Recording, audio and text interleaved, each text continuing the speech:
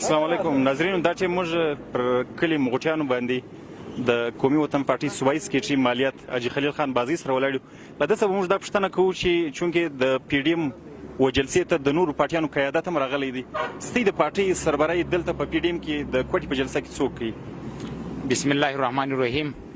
زموږ د قومي وطن پارټۍ مرکزي چیرمن محترم ملي مشر آفتاب احمد خان شیرپاف صاحب زموږ د پارټۍ قیادت کوي او نن ان شاء الله که خدای کول د ماپښین په جلسې کې د پی ډي ایم له جلسې څخه خطاب کوي.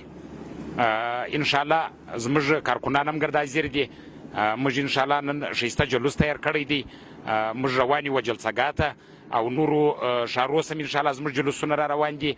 ان شاء الله موږ د دې جلسې سره ډېر پر امید یو او ان شاء الله که زندگی ولا موږ به د حکومت خاتمه ان شاء الله په دا جلسه کې امید لرو چې وکړو.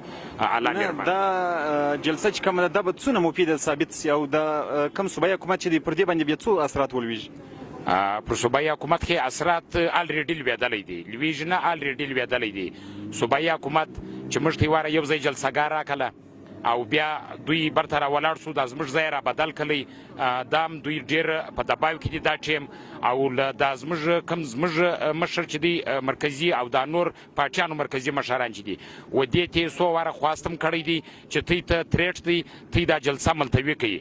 نو زموږ مشرانو ټولو د پی ډي ایم د دا حزب اختلاف پارټیانو مشران چې دي دا ټولو ورته ویلې چې موږ دا ټیم و هر څه ته تیار یو او موږ کارکنان زه بېحیثیت خپله یو عام ادنا کارکن و هر څه ته ان شاء الله تیار یم او ان شاء الله موږ به د حکومت خاتمه کوو که زموږ د حکومت چې یو څو ورځې دا الرټ جاري کوي چې پر دې جلسه کې د ماکو خدشه ده د دې مجلسه بعد به پر د جلسه باندې څومره اثرات لوېدلي؟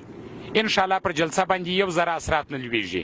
د هرې پارټۍ کارکن خاص کر د قومي وطن پارټۍ ټوله کارکنان هغه و هر څه ته تیار دي. نو چونکې چې موږ دلته ذلیله کوي موږ سر قربانۍ ته تیار یو.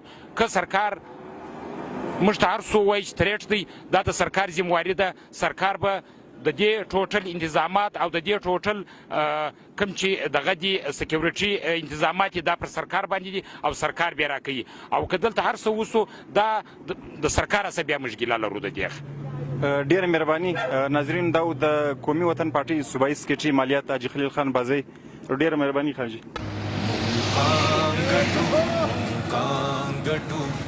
سربیلو مونقام گٹو مونقام گٹو مونقام گٹو مونقام گٹو مونقام گٹو